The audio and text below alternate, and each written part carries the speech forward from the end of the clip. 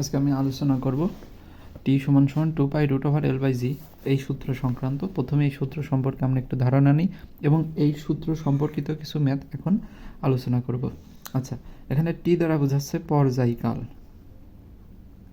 টি দ্বারা বোঝাচ্ছে পর্যায়কাল, এল দ্বারা বোঝাচ্ছে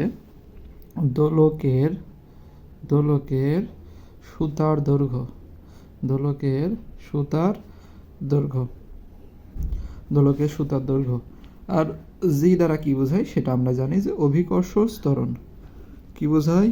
অভিকর্ষজ ত্বরণ। তাহলে এটা দ্বারা বোঝাচ্ছে অভিকর্ষণ ত্বরণ। আচ্ছা, তাহলে এই হচ্ছে আমাদের যা ছিল। এবার আমরা বিষয়টা কি সেটা দেখি। আচ্ছা, আমরা একটা দেয়াল নিলাম, এই দেয়ালের সাথে একটা সুতা জোড়ালাম, এই সুতার সাথে আমরা একটা ভর দিলাম। আচ্ছা, এই যে ভরটা দিলাম এর একটা স্পেশাল নাম আছে। আচ্ছা, ভর যেহেতু দিছি আমরা এম দিলাম, এই এম ভরের জিনিসকে বলা হয় বব। মনে রাখবা, পরীক্ষায় আসবে বব। অর্থাৎ এই আমরা একটা দিলাম হচ্ছে দেয়াল দিলাম বা যে কোনো কিছু ডাল দিলাম গাছের, যার সাথে আমরা একটা সুতা ঝোলাই দেখছি। এই সুতার মাথায় আমরা একটা ভর দিছি যার নাম হচ্ছে বব। এখন এই সুতাকে তুমি যদি এই দিকে নিয়ে এখানে নিয়ে আসো, এরপরে সাইডে দাও, সাইডে দিলে এই দিকে যাবে, এই জায়গা আসবে, আবার এই জায়গা আসবে। অর্থাৎ একটা সম্পূর্ণ রাউন্ড কমপ্লিট করতেছে। সম্পূর্ণ রাউন্ড যদি কমপ্লিট করে তাহলে দেখো সেটা একটা বৃত্ত কমপ্লিট করতেছে, অর্থাৎ একটা পর্যায় কমপ্লিট করতেছে। আমি এই জায়গার থেকে সুতাটা ছাড়লে এদিকে যাচ্ছে, আবার এখানে ব্যাক করতেছে, তার মানে একটা পর্যায় কমপ্লিট করতেছে। তাহলে এই পর্যায় কমপ্লিট করতে একটা সময় নিচ্ছে, অর্থাৎ এখান থেকে এই জায়গা এই পথটা কমপ্লিট করতেছে, অর্থাৎ এখান থেকে এখানে যাইতে একটা সময় নিচ্ছে, যেই সময়কে আমরা বলতেছি পর্যায়কাল। অর্থাৎ পর্যায় সম্পন্ন করতে যে সময় লাগে, পর্যায় সম্পন্ন করতে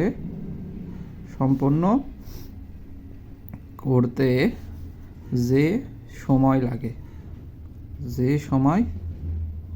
লাগে, তাহলে পর্যায় সম্পন্ন করতে যে সময় লাগে সেটা হচ্ছে পর্যায়কাল। এখন এই জায়গায় যে দোলক নিয়েছিলাম, এই দোলকের যে সুতা নিছি, এই সুতার একটা দৈর্ঘ্য আছে যাকে বলা আছে এল।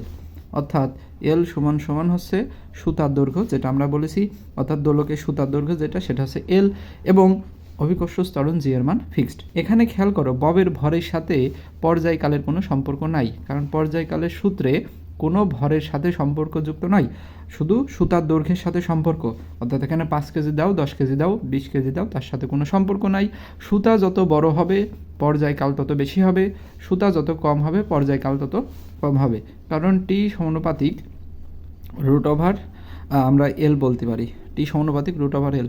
অর্থাৎ পর্যায়কাল যত বেশি হবে সুতার দৈর্ঘ্য তত বেশি হওয়া লাগবে। অথবা উল্টা করে আমরা বলতে পারি যে পর্যায়কাল যদি বেশি হয় তার মানে ওই জায়গার দোলকের সুতার দৈর্ঘ্য বেশি, অথবা সুতার দৈর্ঘ্য যদি বেশি হয় পর্যায়কালটাও কী হবে? বেশি হবে। এখন পরীক্ষায় প্রশ্ন আসতে পারে যে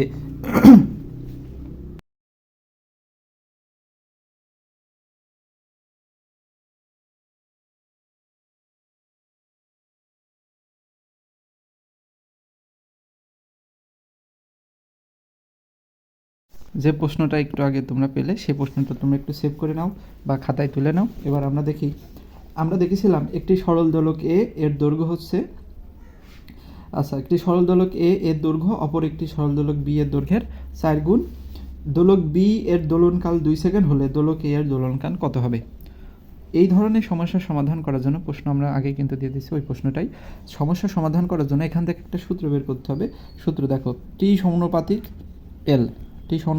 এল, অর্থাৎ T1/T2 সমান সমান √L1/L2।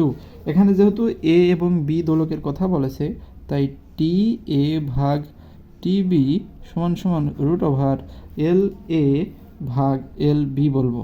আচ্ছা, প্রশ্নে দেওয়া আছে LA যেটা হচ্ছে আদি, পরবর্তী যে LA আছে সেটা সমান সমান 4LB, এবং TB সমান সমান 2 সেকেন্ড, অর্থাৎ বি এর দোলনকাল 2 সেকেন্ড দেওয়া আছে।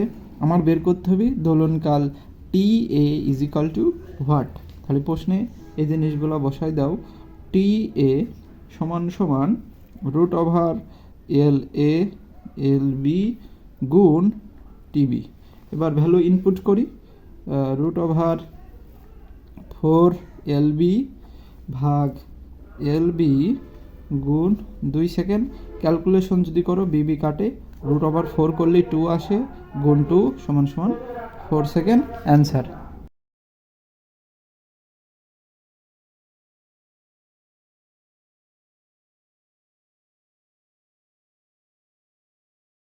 আচ্ছা, সমস্যা 16 যেটা আমরা একটু আগে স্ক্রিনে দিলাম, এই সমস্যায় বলেছে কোনো স্থানে দুটি সরল দোলকের দোলনকালের অনুপাত 3:5 হলে এদের কার্যকারী দৈর্ঘ্যের অনুপাত বের করো। এই টাইপের যদি কোশ্চেন হয় আমরা জানি খুব সহজে বের করব, ঠিক আছে। সম্পর্ক জাস্ট নেব, সূত্রটা আমরা জানি যে টি সমান সমান 2π√L/g। এখান থেকে জি এর মান কনস্ট্যান্ট, 2π এর মান কনস্ট্যান্ট। কনস্ট্যান্ট যদি সূত্রের থেকে হাটাই দিই তাহলে সমানুপাতিক আসে, আর √L থাকতেছে। আমরা যদি T1/T2 নিই তাহলে √L1/L2 নিতে পারবো। যেহেতু বের করতে বলেছে এদের কার্যকারী দৈর্ঘ্যের অনুপাত, অর্থাৎ এই এল দৈর্ঘ্যের অনুপাত বের করতে বলেছে, এই জিনিসটাকে আমরা এক পাশে রাখবো, এদের রুট পর্যায়কালের উপর দিয়ে দেবো। তাহলে দিয়ে দিই চলো। তাহলে T1T2 তার স্কোয়ার সমান সমান L1 ভাগ L2। মনে রাখবা অনুপাতের ক্ষেত্রে প্রথমে যেই কথাটা বলা আছে উপর নিচে, কিন্তু সেই জিনিসটা উভয় পাশে সেম রাখতে হবে। এবার পর্যায়কাল T1-এর যে ভ্যালু এবং T2-র যে ভ্যালু কোনো স্থানে, আচ্ছা প্রশ্নটা একটু পড়ি, বলছে কোনো স্থানে দুটি সরল দোলকের অনুপাত। সরল দোলকের অনুপাত বলেছে, তো প্রথম দোলকের অনুপাত মনে করলাম T1 এবং T2 হচ্ছে দ্বিতীয় দোলকের পর্যায়কাল। এই দুটার যদি অনুপাত বের করি T1:T2 ইজ ইকুয়াল টু 3/5।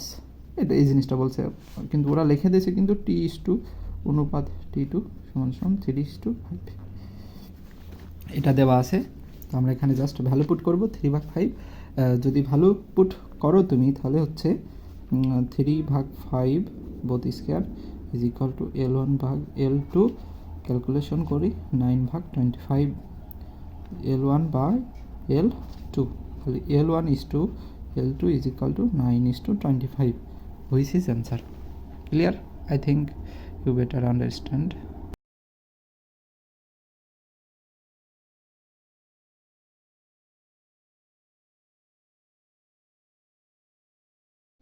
এবার আমরা সমস্যা 17, তোমরা যেটা দেখলে এটা সমাধান করব।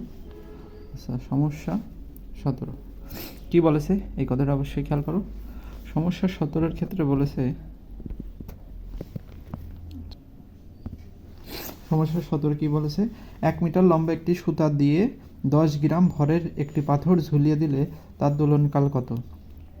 বলেছে 1 মিটার লম্বা একটি সুতা দিয়ে 10 গ্রাম ভরের একটি পাথর ঝুলিয়ে দিলে তার দোলনকাল কত হবে?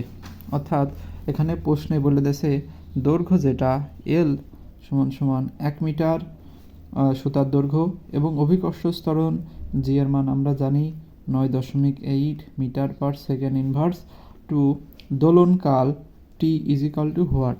তাহলে ডিরেক্ট সূত্র রাখো, টি সমান সমান 2π√L/g।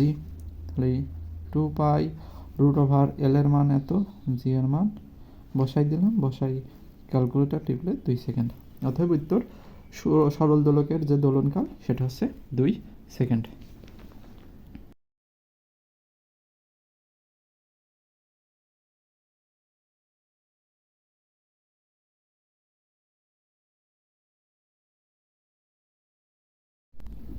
আঠারো নম্বর কোশ্চেনটা তোমরা নিশ্চয়ই দেখেছো। ওখানে বলতেছে ভূপৃষ্ঠে একটি দোলকের দোলনকাল 1 সেকেন্ড হলে দোলকটির